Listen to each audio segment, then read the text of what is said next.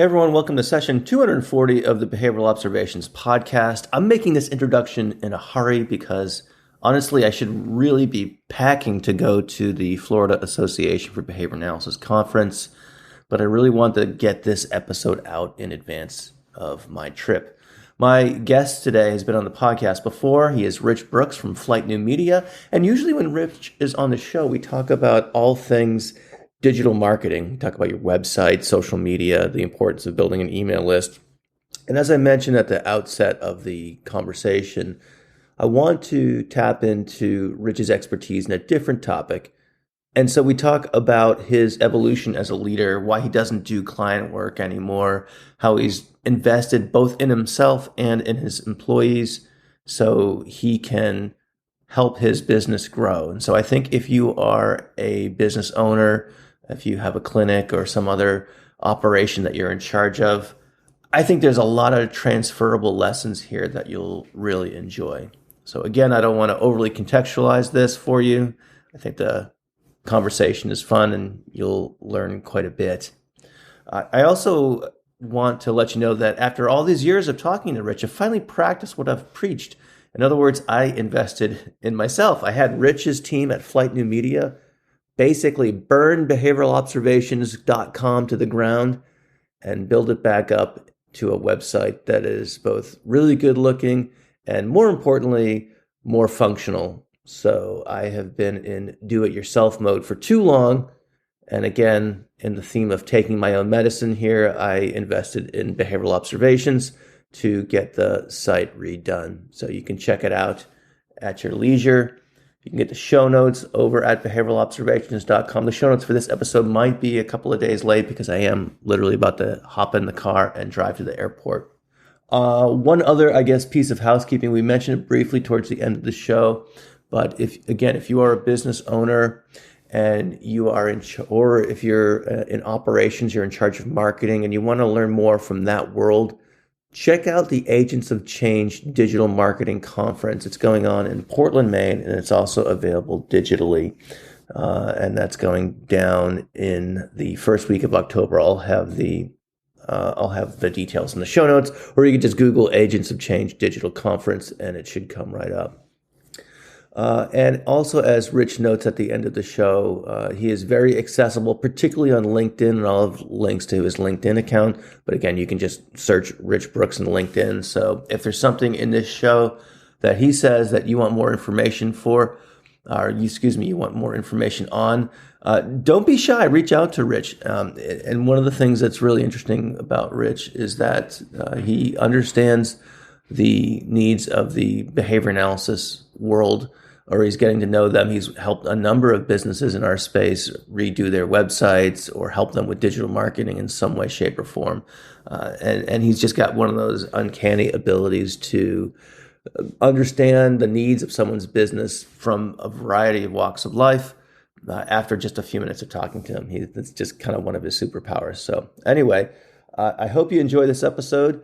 Again, check out behavioralobservations.com. Hop on the email list too, so that you can get the show notes of these episodes delivered straight to your inbox. And again, check out the Agents of Change Digital Conference. Check out Rich's podcast as well, where he talks about these things all the time. And again, it's also called the Agents of Change Digital Marketing Podcast. So without any further delay, let's get to this fun conversation with my friend Rich Brooks.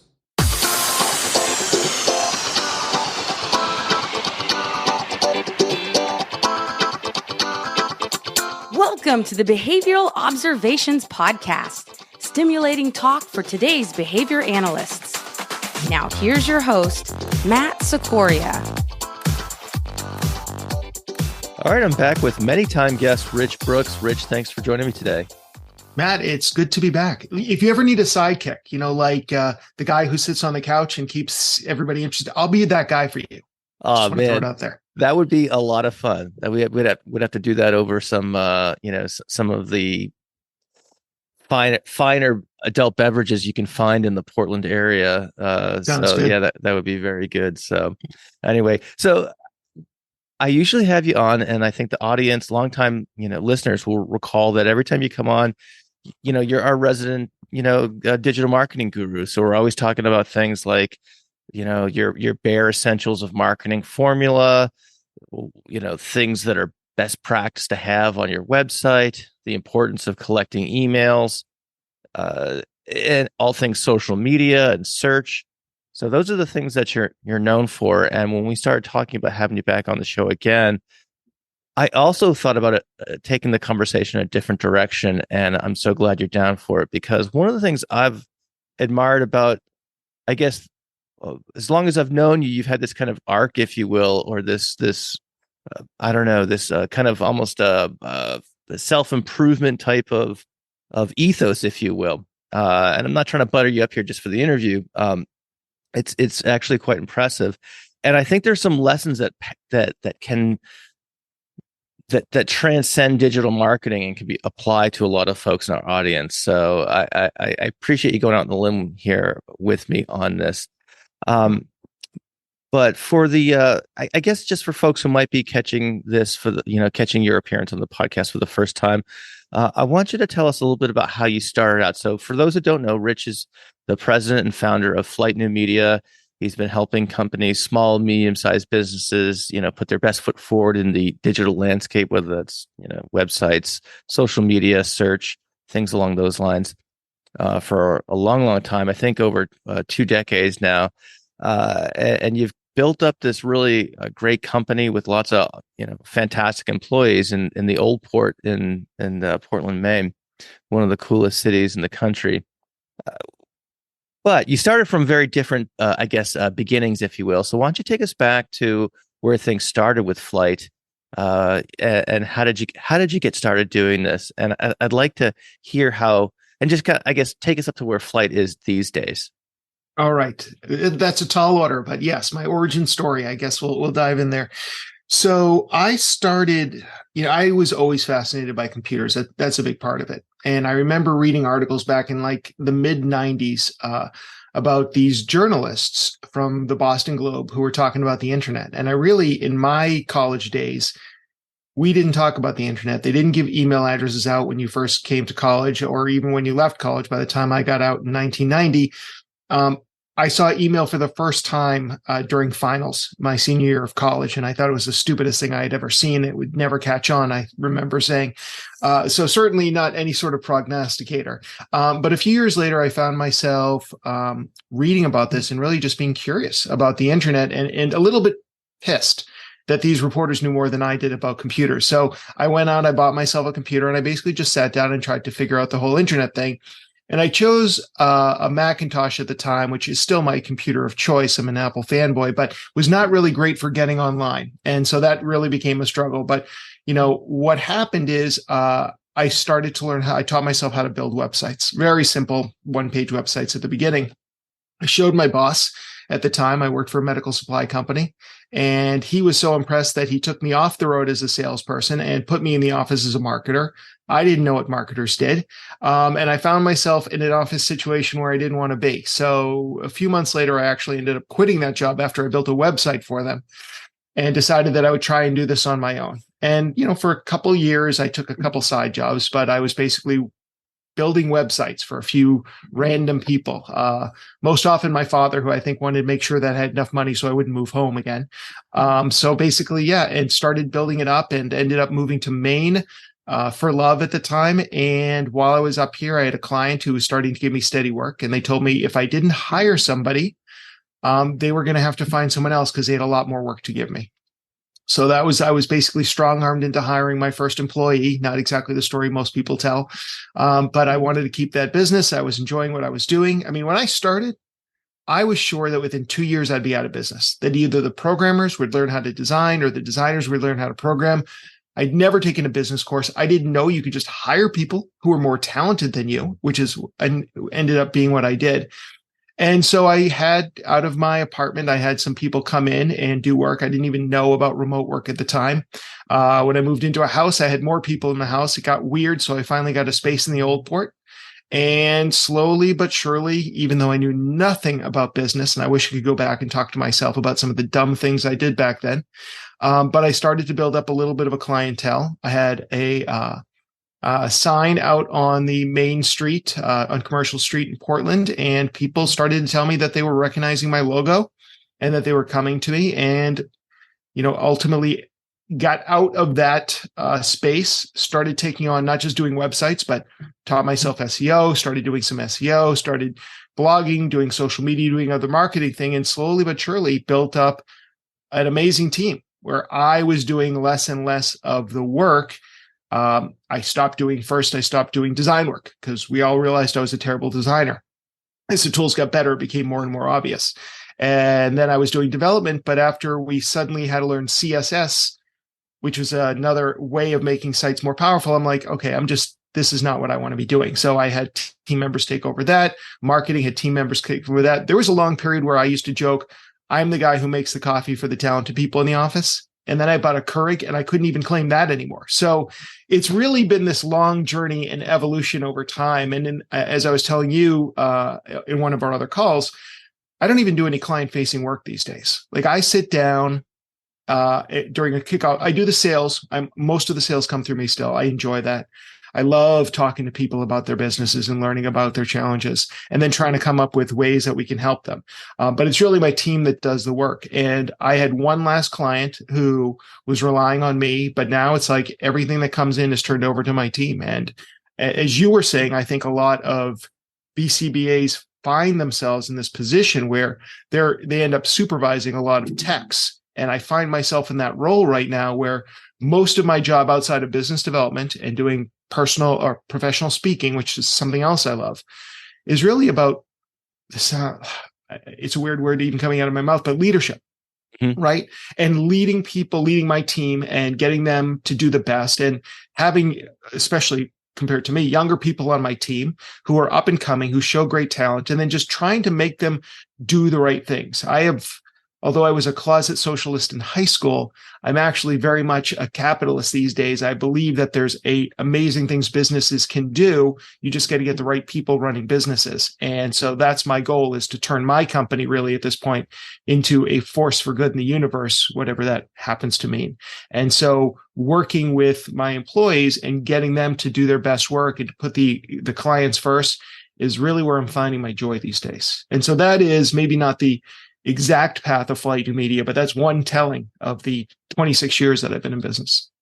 I see. So there's a lot there, and I kind of want to retrace our steps here just a little bit, because there's some good stuff there that I want to hone in on. Yeah.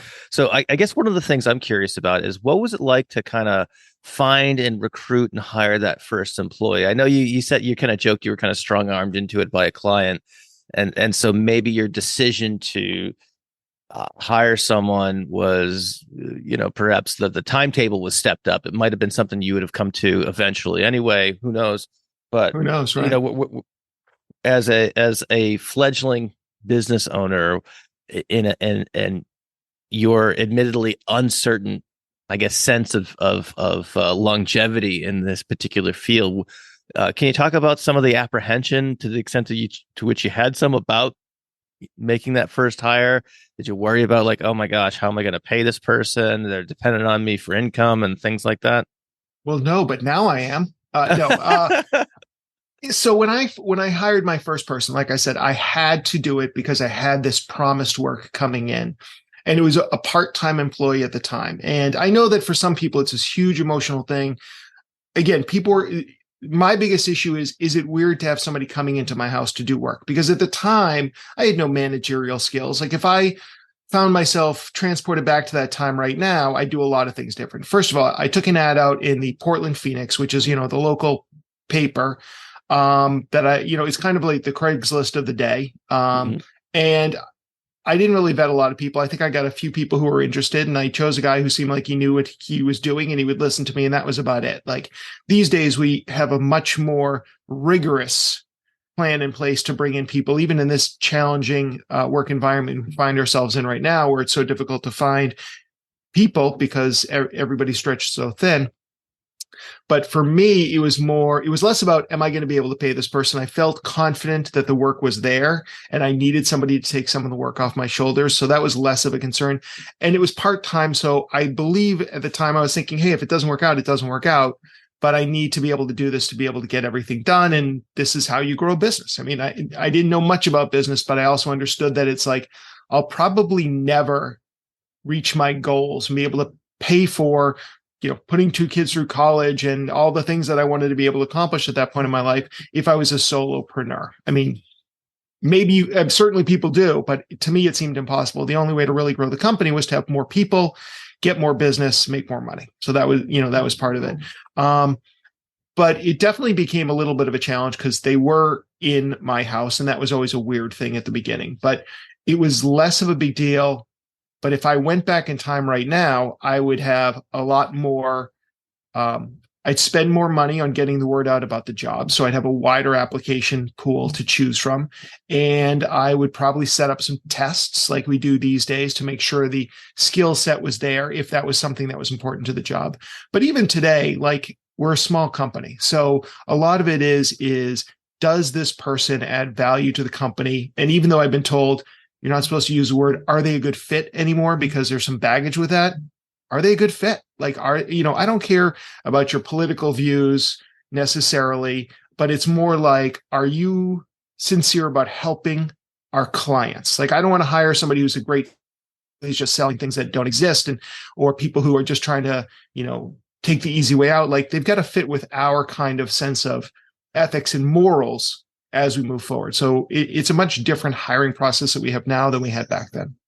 Hey, everyone, I just want to pause real quick and echo some of the sentiments that Rich is talking about here. As I mentioned in the introduction, they just redid behavioralobservations.com. And yeah, I basically did some of the early work with Rich on this, and we talked about what I wanted to get out of the website, some kind of higher order type of goals. And then he turned it over to his team. And so I worked with Lauren and Andy and others to really hammer out what the site would look like. And I couldn't be more pleased with the results. So again, go over to behavioralobservations.com to check it out. Hop on the email list. If you need CEUs, by all means, click on that page. I've got a lot of CEUs available across a wide variety of subjects, and I am always adding more. So go check that out over at behavioralobservations.com/get CEUs. All right, let's get back to the conversation with Rich. Okay, so I want to get into some of those employee, the hiring and some of the other kind of aspects of employee well-being that we talked about on our previous call. I want to get to that in a little bit, but I think what was also very interesting about some of the things that I've seen you do is that you've invested a lot in yourself in many different ways. You've already just told us about how you had to make that decision to invest in the company by taking on employees. Of course, that makes sense.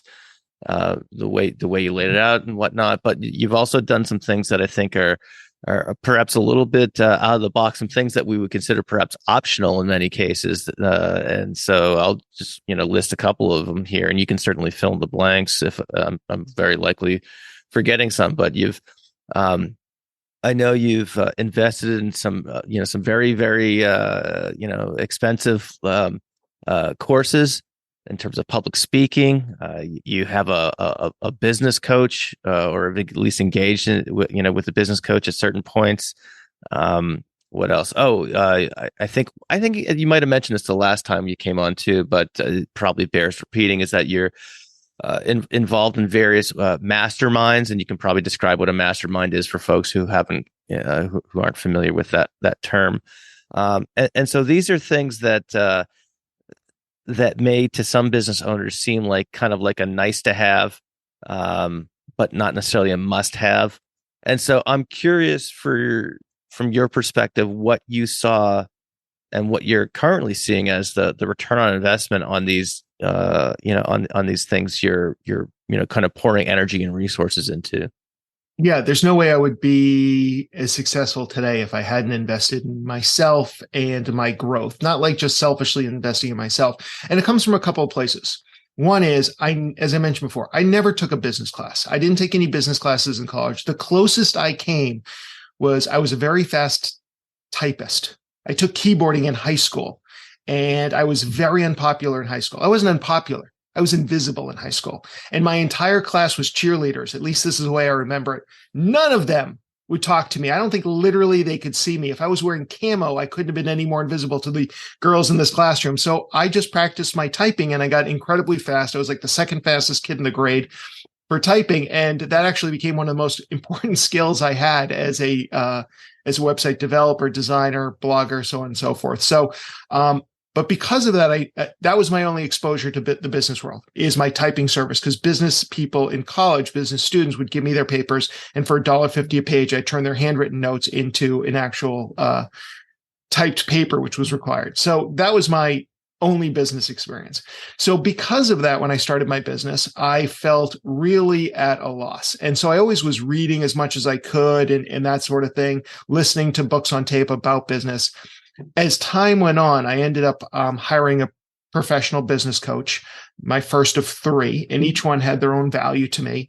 What I find is I hire somebody for a little while, I learn a bunch of great stuff, and then after a while, I'm like, I know what they're going to say when I bring this problem to them, so I should just go ahead and do it. And so it's not that it's because they did their job. I only might need them for a year, 2 or 3 years, whatever it is. So that was part of it for sure. And then another big thing, you mentioned the masterminds. And I had been, besides running my own business, I did a lot on the social media side early on. I got to know a lot of the big names in social media. As they were coming up, we became friends, and they were really into masterminds. So I got into this, joined a couple masterminds with them, which is basically, the rules vary, but you get together once a week, once every other week, usually virtually, because these people are from all over the world. And we would kind of talk through it. We'd start off with like 10 minutes of what were your wins since the last time we talked? And then somebody would be in the hot seat for 40 minutes. What's the problem that they're dealing with this week? We'd listen, and then we'd all provide solutions and ideas. And then the last 10 minutes was goal setting for the next session. And I use that formula. I started a group myself for entrepreneurs here in Maine when that kind of dissolved, because all these things kind of come to a breaking point, they end. I started a new one just with agency owners. So other people who are in business like me, who don't compete with me, I knew, and I just reached out to them. I said, do you want to do this? And I found 4 people to do it. One of the person had left. Somebody else came in. We now have a new group, but it's basically the 4 of us. And I would recommend, if you're running an ABA clinic and maybe you don't have all the answers, and who of us does, right? So find some people, maybe you met them at a conference, or maybe you've just seen them online, and reach out, and you want to find a mix of people, maybe some people who are a little bit ahead of you in terms of running their business, maybe a few people who are just a little bit behind, and find a way. We get together right now with my agency mastermind. Every 2 weeks, we do it via Zoom. We follow that model, although very often there's not a hot seat topic. We've been talking about AI. So like the last few weeks, we've been talking about like how AI is impacting our business. Do we want to promote the fact we use AI? Do we want to hide the fact we use AI? Should we be whatever it is? And so we kind of talk through this, but we've talked about things like, how do we set pricing? How do you package deals? What do you do when you have a client or an employee or a vendor who does X? So we really work through a lot of the issues, and suddenly you're not in a silo anymore. That's been incredibly valuable to me. And although there are paid memberships, and I certainly know that there are people who pay thousands of dollars a month to be part of a mastermind, this I just set up on my own, and it's completely free. Mm-hmm. And it's fantastic. I could go into one of those masterminds that has somebody who has run many successful agencies, and I could pay thousands of dollars, and there's nothing wrong with that. It's just not the path I chose. And then the other thing is mentors. So over the years, I've just found a couple of people kind of aging out of mentorship maybe right now, but for a while, like people who had done this, been there before, just kind of took me under their wing and provided, advice and recommendations without necessarily charging me. And I think that's the difference between a mentor and a coach or a consultant. And all are fine. And sometimes it's good to have a mix, but the bottom line is, yeah, I've invested a lot. Oh, and you mentioned I did take Heroic Public Speaking, which is a public speaking class. I took it during COVID. It's taught by Michael and Amy Port, both of who had television careers. They're actors. They're fantastic. And they teach presentations as a performance art. I saw them present at an event called Social Media Marketing World. I knew I wanted to get involved with their program. It was a big investment. There's no 2 ways about it. I don't know what their prices are these days, but if you're interested, you can go look them up. You have to be invited into the program, all these sort of things. And it helped me develop my new IP, my new intellectual property, which I've done this presentation now a couple of times. I'll be doing it at our upcoming Agents of Change conference. But it got me out of my comfort zone. And it's just something where I'm like, I always want to be getting better. And then last year, or now it's 2 years ago, there's a group in Maine called MDF, Maine Development Foundation. They have a leadership program called ICL. Don't ask me what that stands for, but the L is for leadership. And I was like, I want to be a better leader. Like, no, I never took any classes on leadership. I don't know what it's like. And I just read the book Rocket Fuel, which is, if you've ever heard of the book Traction, or EOS, which is Entrepreneurial Operating System, the guy who created that wrote a book that's a little bit more accessible called Rocket Fuel. And it's about how all these successful businesses have a visionary and an integrator. And the visionary, as much as I hate that term in terms of myself, is a big idea picture. Person, right? So he or she wants to get up on stage, always wants to do thought leadership, has a million ideas a day, gets nothing done. The integrator, on the other hand, is the person who shies from the limelight, really good with creating systems, really good with people, keeping people on track. And as I read that book, my project manager at the time came to me and said, Rich, I want more responsibility in the company. And Lindsay Babian is her name. And I said, read this book and tell me what you think. And she, of course, I read it and I skimmed over the last 30 pages. She read it, came in, everything's bookmarked with little, yellow flags and underlined. And I'm like, oh my God, you are literally an integrator. And she's like, and you're the visionary. And so I made her my director of ops. So now this is part of the pathway for me not doing client-facing work anymore and doing the work I'm best at. She's my integrator. I'm the visionary. I get to come up with all these ideas. She's the one who knows when to ignore me and say, yeah, we're not doing that. And when I do have a good idea, actually assign resources so it gets done. And the two of us together, I mean, she's really running the company at this point, where I'm just the guy who gets business and gets to get up on stage. Might be a little glib about that, but that's basically, yeah. And so to answer your question, these are all the things that I've done for myself, but also for myself so I can be a better leader, be a better boss, and just bring the company to do the kind of good work in the community and the world that I want to be able to do. Got it. We just did a podcast that follows kind of like a similar arc to this one, where we interviewed the executive vice president for clinical services for a growing ABA company. Where she doesn't do any client work anymore. She's involved as the clinical director or the VP of clinical services, of course. And so there is obviously a lot of, troubleshooting and systems analysis and things like that. But, in terms of programming for individuals with autism and similar needs and things like that, she doesn't do that kind of nitty gritty work. So there's, again, a similar I guess, evolution here. Yeah. Was it tough to let go of some of those things in terms of like at different times it was? Yeah. Right. Can you think of a situation where it's like, are they really going to do it the way I do it? Or, is there something like that comes to mind? Well, I just remember Ryan Goen, who still works for me as my creative director, he was doing most of the design work at this particular phase. But I would always do my dad's website. It was like the 15th iteration of my dad's website. And I realized I'm doing my dad a disservice, because he's a well-known psychologist, travels all over the world. If any of your listeners know him, Dr. Robert Brooks, clinical psychologist, he's written a lot of books on resilience. But I just got to the point where I'm like, I am holding him back because I cannot design the way that Ryan can design. And so I had to let that go. In that case, I knew Ryan was going to do a better job than I was. Like, that wasn't a worry. But there are times, especially, I'm a good writer. And I was doing all the blogging for the company, all the newsletters, all the writing I wrote. And when I first started letting other people write for the blog, that was difficult for me, because I had been the voice of Flight for all these years. And now, and looking to this year, it's like I've got a woman on my team, Rachel, who writes all of our email newsletters.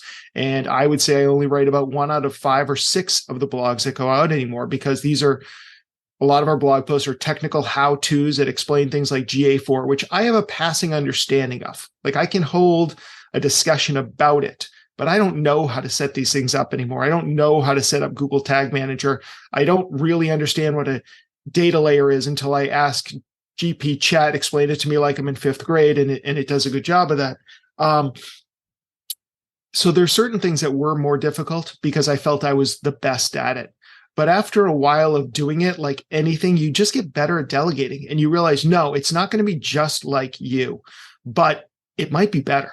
And even if it's not better, maybe it's good enough. And that's how growth comes. And I remember one time we had a new employee and she was just getting going on SEO, and I bought the domain mainseo.com and I said, I want you to start blogging. And she goes, but I don't know anything about SEO. I said, I know, I want you to blog the journey.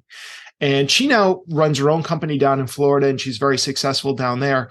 But I think it really gave her the experience and she learned a lot more by writing about it. So I think finding those opportunities for your team to grow into positions that maybe they're not quite there yet, but understanding how they get there. And, I'm somebody who is more than willing to let people make mistakes.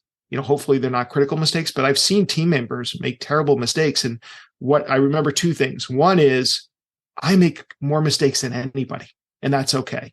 And the other thing is I remember reading an article years ago about some boss and his underling, his subordinate, made some catastrophic $1 million mistake for AT&T or IBM, one of these big companies. And the guy came in to give his resignation letter. And the boss is like, there's no way you're quitting. I just invested $1 million in your learning. Because that's how he chose to view it, is like, yes, it was a terrible mistake. There's no chance you're going to do it again. And I loved the lesson from that story. And I try and give people the benefit of the doubt all the time, my employees, in terms of getting it right the next time. And there's a podcast that I've become addicted to lately called The Two Bobs, which is basically for agency owners like me. And the guy tells a story about how he'll sometimes go into agencies and say, what does somebody have to do to get fired around here? Meaning, like, do you have to screw up really bad? Or is it just like, if you're not at the top of the game, they let you go? And he describes them as being tolerant or intolerant workplaces, not in a bad way. We're obviously a very tolerant workplace. I'm like, let's get better together. Kumbaya. There's nothing wrong with the other approach, like the McKinsey approach. Hey, if you're not one of the top 30 employees, you're going to be laid off this week. Like that's a very different business model. And I'm not saying it's wrong. It's just not right for me. So I think understanding those kind of things helps you decide what kind of company you want to grow into. I forget the original question, but I just went off on a tangent there. It's all good. It's all good. I love it. I do want to, excuse me. I do want to go back to the public speaking piece, because that intrigues me. And one of the things that helps behavior analysts, I think, become thought leaders or become more, noteworthy in the field is to develop a public speaking repertoire. And so I'm curious what you might have taken away, and I don't want you to obviously give away the secrets of the course, but I've also seen you present a number of times before embarking on this course, and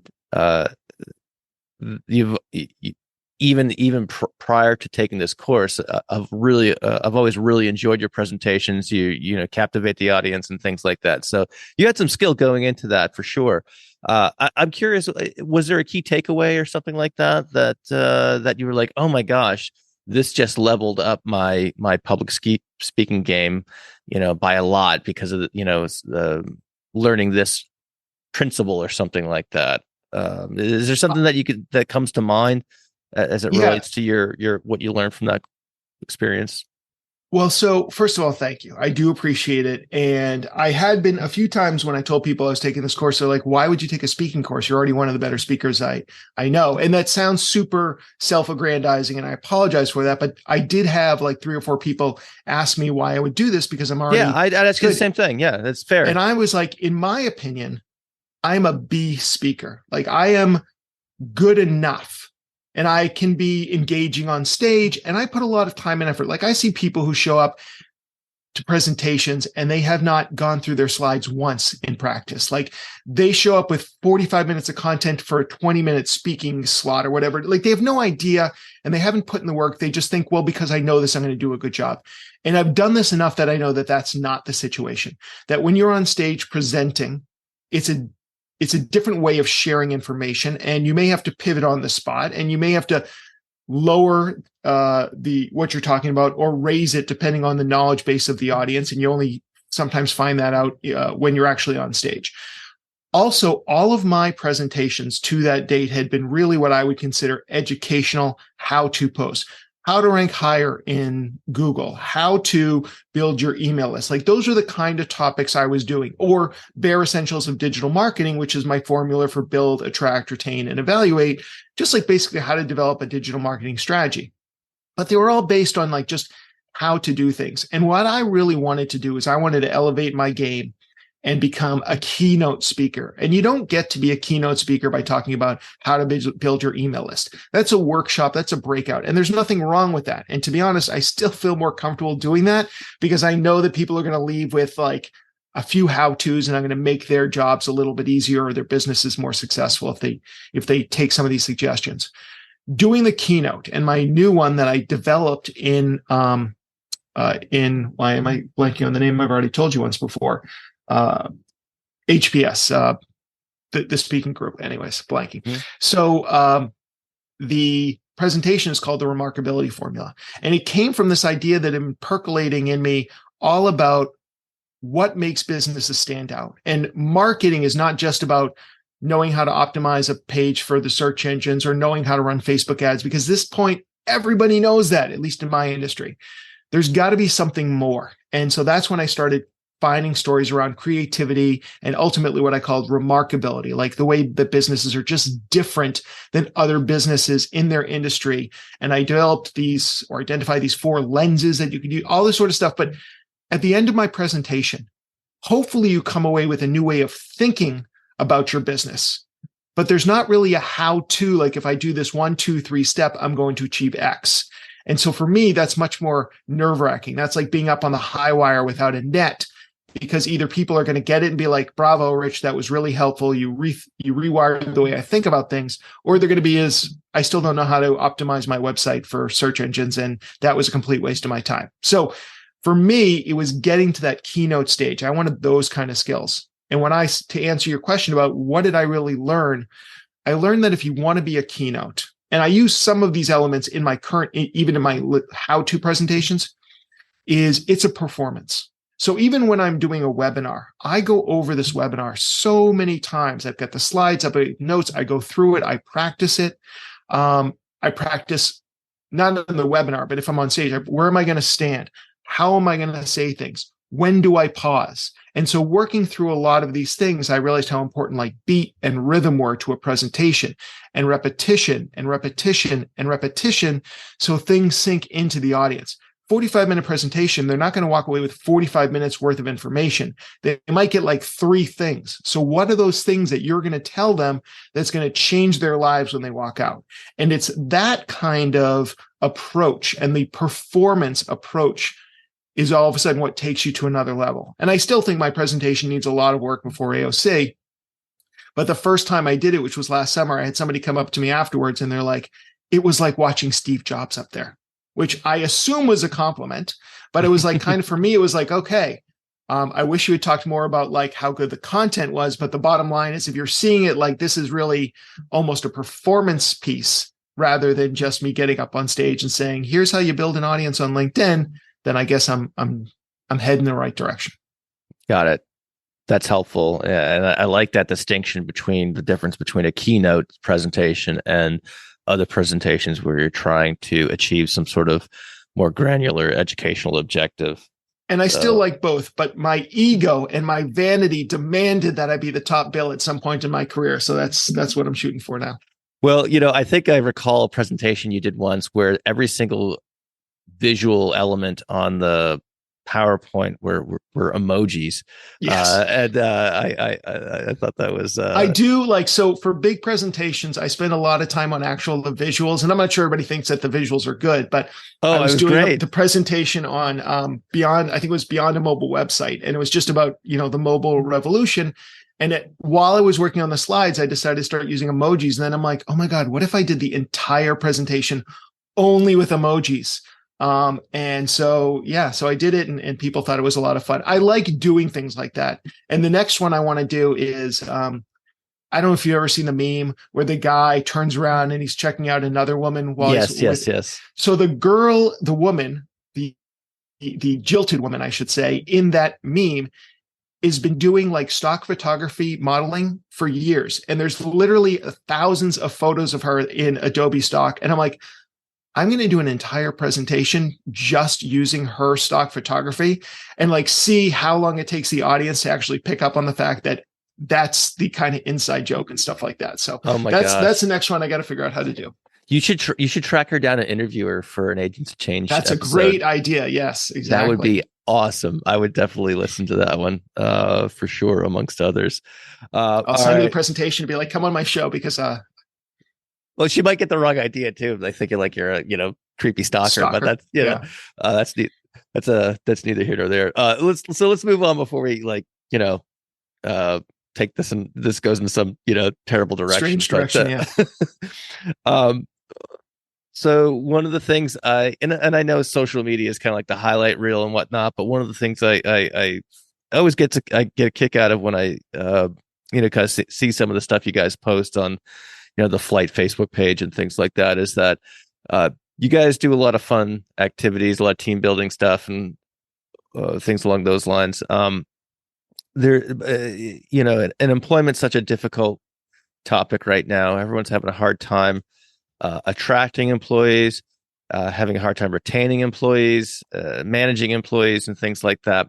And I think there's some parallels in again, another parallel between your line of work and the type of line of work that most behavior analysts find themselves in and agency owners, in that we're trying to find highly trained, very specialized, very in-demand people who have lots and lots of career options and are being actively recruited and targeted and headhunted all the time. I think I probably get 5 emails a day of job offers. I think anyone with a BCBA credential can move just about anywhere in the United States, and in many cases beyond that, and be gainfully employed. Drop of a hat. Easy all day long. So the employment market's tough, and so I'm curious. You talked a little bit about the hiring process. I'd like to hear a little bit more about that because I think that's something that people are struggle with. I think they're so happy to have people apply, but sometimes people might be making kind of hasty decisions, just out of trying to keep the doors open and things like that. But at the same time, I'm also curious about how you foster that kind of like fun culture that people want to hang around and stick around and be a part of. So if you can maybe talk about those two elements of running a business, I think that would be really helpful for the audience. Well, let's talk first about attracting employees, because that makes the most logical sense. And I would say that the one big difference between what I do and what your listeners might do in terms of like getting employees is my employees do not have to be highly trained. I will train them. What I'm looking for are people who are going to come in, who have the right attitude, who are excited about the arena of digital marketing, who have good communication skills, and are excited to try new things. They don't need to have gone to school for any of this. It's always nice when they come with a marketing background, but honestly, like I've had some great employees who had none of those, that background, those skills, but they became great employees because of their drive or their interest or their passion, whatever. And obviously with techs, they've got to have a skill set. They've got to go through some of that. So that is, I want to recognize that is different. But that being said, I think especially in an age like today, where it's so hard to find the right people, sometimes you want to go with the first living, breathing body that checks all the boxes. And that's just not the way to go. And we've struggled to fill 2 positions here at Flight. One, I let a guy go who was a sweetheart, just wasn't the right fit for us. We gave him 1.5 years. It just didn't work out. That happens. You're never going to bat 1,000. And then we lost somebody to a competitor. He wanted to do different type of work, and we didn't offer that kind of work. So he went and he worked for another company that did that. And one has been over 1 year. Like we have yet to find the WordPress developer, and we've come close a few times. And I've talked to my team about what if we just let somebody work wherever they wanted to work? Like it doesn't have to be that they work in another country, but let's expand it and they can work in Massachusetts or Texas or California. And the feeling was, and my team is, we want people who are local. Like we really want to be a local company. And I kind of backed off of that. I said, It's on you. You're the ones who are doing the work. I can't do any development work. And so we've really struggled to fill that position. And same thing, usually we get like 80 within a week, 80 or more applicants for any digital marketing job. And we've had one open for a while. We've interviewed people. We brought them in for a second interview, but one reason or another, they just didn't either fit the culture. One of them I was ready to hire and she bailed at the last minute. So it's been frustrating. And I appreciate the frustration your listeners must be going through. But it's important to bring people on who are going to do good work. And if that means, and this is my opinion, I'm not saying that this is the only approach, but for me, it's like, I'd rather hold off on taking on a little extra work and build the team that's going to be able to grow. And if you just bring in somebody who fills a role because you have to have this many people in the building, that's not the kind of company I want to run. I'm not saying that people can't be successful doing that. So it's really about what is the business you envision running in 5 years? So that's what kind of drives our slow hiring process these days. And then on the other side of things, we're a small business and there's a lot of companies out there that could hire away my employees and definitely, give them more money. Right. So it's like, how do you compete with that? Well, first of all, I think that there's a shift. Everybody wants to be making good money, no doubt about it. And things are expensive, including housing. So you have to pay people a good wage, but there will always be another company that will come in and be willing to pay more just to get some bodies in the door. And I know that a lot of independent ABA practices are dealing with these bigger companies coming in, and all of a sudden there's a lot of competition for everything, but including employees. And this is where I think culture becomes so, so important. And so COVID also changed things. We were no longer just in the office. We were all at home. And then we were hybrid. I hired 3 people, sight unseen, so to speak, just interviewing them via Zoom. Luckily, we got a lot of good employees mostly that way. Almost all of them worked out. But once we started coming back to the office, and there wasn't the same culture as there was before, because not everybody's coming in 5 days a week, and a lot of people didn't want to necessarily come in at all. They were very productive at home. I started to say, like, well, what can we do to start building that camaraderie? And one of the things was we did decide at first we were going to have one in-office meeting a month. So one staff meeting would be in person. And then I would also do lunch on the bus once a month. So if you come in and you work, I'll just bring in lunch for everybody.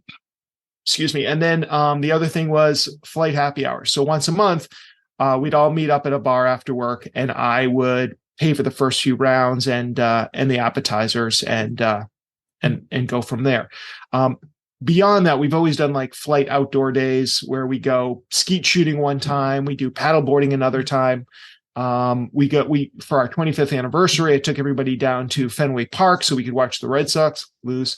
But yeah, so I mean, it's about creating those bonding experiences. We have schooners for rent, so we took a schooner out with the team.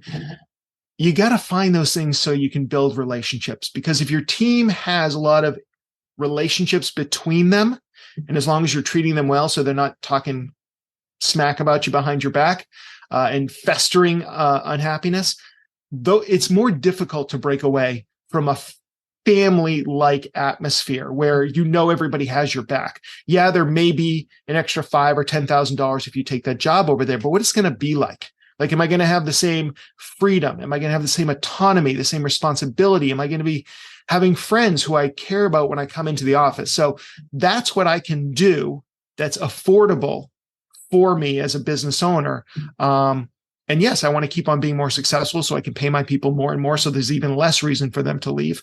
But the bottom line is there's a lot more to money. And I would say, especially for millennials and Gen Z, it's also about the kind of work you do. And I think you have to respect that. And it's how I always felt anyways. So maybe I was just born in the wrong generation, but they want to feel like they're making an impact in the world in a positive way. And if you can give them that feeling, and if you can create an environment where they're excited to come into work most days, none of us are excited every day, then I think you'll have a much better chance of retaining a really solid core team. And ultimately, if your goal is to do less and less hands-on clinical work and really grow your business, then that's the path. And even if you want to do the hands-on work, at least you have the flexibility to do it. You have a team, so you can take 2 weeks off.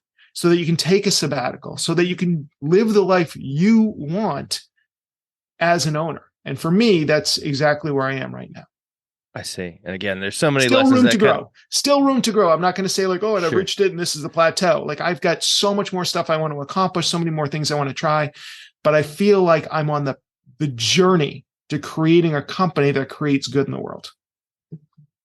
That's really helpful, Rich. I think there's, again, so many parallels to the work we do in applied behavior analysis. And I have a lot of friends who are agency owners who will probably be nodding their head along with this in terms of the the emphasis on creating a workplace that is nurturing and fun and promotes cohesion and things along those lines. So I appreciate you taking the time to give us the behind the curtain look at Flight New Media. We're about to wrap up here, but I would be remiss if we didn't talk about the comeback of the Agents of Change conference. So this is a conference I've attended a couple of times. It's always a good time. But for those who are unfamiliar with this conference, tell us a little bit about what the conference is and what attendees can expect to learn. Oh, and by the way, I also want you to let folks know if they're interested in this type of stuff and they want to connect with you, how to find you. So sure. All right. 10,000 part question as usual, but yeah.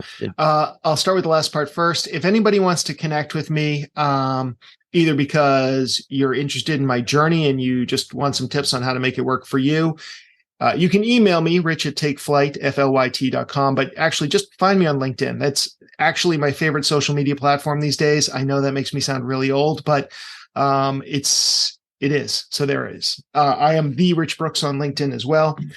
As far as the Agents of Change conference, so this was a conference I started back in 2012 after I ran a similar conference called Social Media FTW with a couple of partners for 3 years. The band broke up and I decided I wanted to continue doing this, but I didn't want to just talk about social media. I also felt that we needed to still be talking about search engine optimization. And also, this is back in 2012, I'm like, there is a mobile revolution and people need to pay attention to mobile marketing as well. So that turned out to be right. So the 3 agents of change were, and if you go to our website, the original 3 agents of change were search, social, and mobile marketing. These were drawn by my friend, Josh Fisher. He did all the great artwork for us, and each was a literal agent. And we worked together. We were kind of coming up with a team like the League of Extraordinary Gentlemen or the X-Men or the Avengers for digital marketing. And we came up with these 3. And we put on the conference. I put on the conference for 8 years and then COVID. And this is the year we decided to bring it back. And we made a lot of changes to it. And in fact, we actually expanded the roster of agents. So we added in Neuro, short for neuromarketing. And so she's one of our new agents. We added in blockchain, which was a controversial choice. My team still doesn't know if I should have added blockchain as one of the agents of change, but I think that there's something coming with Web3 that we should be paying attention to. And then AI, which also turned out to be prescient because I came up with that idea of adding AI before ChatGPT exploded. But now we have a team of 6. And these basically, I'm a comic book nerd. If anybody's watching the video of this, you'll see all the Spider-Man in the background. But so I wanted to have fun with it. But at the same time, I'm like, these are the things, if you're into digital marketing, if you're into growing your business, then these are the agents of change that you need to pay attention to. And so that's kind of where the whole thing came from. So this year, on October 4th, here in Portland, Maine, we are having a full day conference. It's a single track this year. We're trying some different things, meaning that everybody's going to be in the same room in the auditorium all day long. And I've got a bunch of amazing speakers from across Canada and the US coming to Portland, Maine to present. And then we've also got like we've been doing lately or recently, the deep dive workshops the following day. So for people who really want to do a deep dive into some of these topics, there's optional workshops that are 3 hours long the following day with some of the same speakers, but very hands-on as well. And it's going to be an amazing day. I'd love to see everybody come to the Agents of Change conference here in Portland, Maine on the 4th and the 5th. But if you can't make it, we do have a digital pass, so you can get all of the recordings. And also we're going to be doing a live stream as well, basically not like we've done in the past, but more or less setting up a camera, and anybody who buys the virtual pass can also watch the live stream as long as the internet doesn't cut out on us. But you will get all the high quality videos at the end. We've got a camera crew there and everything like that. So yeah, so whether you can make it or not, we'd love to have you be part of the Agents of Change comeback tour conference this October. Very cool. And we'll put the links to the conference in the show notes. And if people are interested in this topic more generally, there's the Agents of Change podcast, which has been running for many, many, many years. Many years. Yeah. So I think I just recorded we're about episode 490. So wow. I've been doing this for quite some time, and it's been almost every single week. We missed a few here and there because I get busy, but yeah. So it's been a while. Well, as a fellow podcaster, I just commend you for putting out content on a weekly basis, because that is not easy. And to put out almost 500 episodes is just crazy. So I'm about a little less than halfway there. So that's still amazing. I mean, you should get a round of applause. I mean, it is tough. And it's tough sometimes coming up with new topics. Luckily for me, the topics keep on changing. We weren't talking about neuro or AI when I first started, but it's also, as I'm sure you know, it's super enjoyable. And it's one of the ways that we upskill. What we're doing is talking to people in our industry and getting new perspectives and hearing different voices. It is part of that whole growth thing that we've talked about, and the connections that we make. It's just, it really makes us better leaders. It makes us better employers. And it's just enjoyable for our own entrepreneurial journey. Couldn't agree more. I can't even begin to describe how game-changing this, hosting this podcast has been for me in my career, and how it's added so much more enjoyment to it. So I agree wholeheartly. All right, I'm going to squeeze in one last question, Rich. What is what are a few,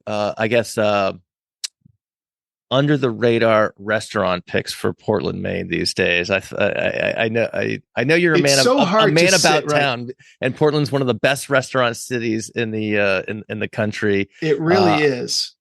So the challenge here is the fact that nothing's under the radar anymore, because websites like Eater come out and tell you when things are opening 3 months in advance. So anybody who wants to go online can get stuff. But I will say that recently, some of my favorite places to go, one is Bar Fudo, I believe it's Fudo, but that opened up recently. It's small plates. Everything in Portland that I go to is small plates, ridiculously, I won't say overpriced, because I understand how expensive it is to have a restaurant and how you have to pay people a good wage and everything like that. But that place has been really good, that we've tried. And then what else have we gone to recently? So that's a good one. ISA has always been one of my favorites. That's a recommendation. I have taken you up on that recommendation before. So yes, highly agree on that one. Yeah. Yeah. And then what else has been recently open that we've gone to? Well, it's not recent, but I always think that people get excited about going to Blythe and Burroughs, which is a bar with a little bit of food here and there. Every bar in Portland has to serve food. It's one of the rules. But it's really about the drinks, and the cocktails they make there are just out of this world, crazy creative. And they have a hidden door that you can go to find another bar in the back, which is really cool. So there's almost like 3 bars in this space. But those are some of my favorite places to go when I go out. And then there's the old haunts that I always like Local 188 never disappoints. 4th Street never disappoints. Yeah. So those are a few of my places that I love going back to. All right. I don't know what it says about me that I've been to a couple of these establishments, but maybe it also means that I'm getting old and I don't get out enough. I need to. We were walking around the other day. We took the team to go see the Mariners, which is the local hockey team. And I passed 3 restaurants. I'm like, I have literally never heard of these restaurants before. We went to go see a band called Bad Flower that came to town. And I'm like, what is this? Broken Arrow. Never heard of it. Went in there. We only ended up having drinks and a side of potatoes because we had already had dinner, but I got to go back there. So Broken Arrow, check that place out too. Right on. All right, Rich, another fun conversation in the books. And, I know when I first reached out to you, we started talking about coming back on the podcast to talk about AI and all the new exciting things in tech. I'm so happy we went in this direction, though, because I think it's, again, there's so much to get into. And I really appreciate you sharing your own kind of personal growth with the audience. So this was a lot of fun. And give me a few months because I have 2 presentations I've already agreed to on AI. So I really have to understand this stuff pretty quickly. I mean, I use it every day, but if you ever want me to come back on and talk AI, happy to do that too. All right, Rich. Thanks a lot. Thank you. Thank you for listening to the Behavioral Observations Podcast with Matt Cicoria. You can find Matt's notes on this episode at www.behavioralobservations.com. We also invite you to stay connected with us on Facebook at facebook.com/behavioral observations and on Twitter at Behavior Podcast.